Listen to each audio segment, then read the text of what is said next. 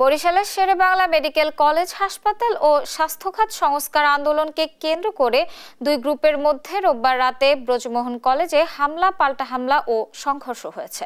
রোববার রাত 10টার দিকে বরিশালের সরকারি বিএম কলেজে স্বাস্থ্যখাত সংস্কার আন্দোলনে নেতৃত্ব দেওয়া মহিউদ্দিন রনি সহ দুই পক্ষের মধ্যে সংঘর্ষের ঘটনা ঘটে।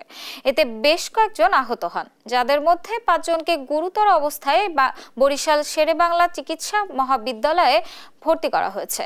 সংঘর্ষের সূত্রপাত হয় বিকেলে নগরীর নথুল্লাবাদ এলাকায় স্বাস্থ্যখাত সংস্কার আন্দোলনের 14তম দিনে এই দুই গ্রুপ শিক্ষার্থীদের মধ্যে সিনিয়র জুনিয়র এবং ধূমপান নিয়ে বিরোধ থেকে।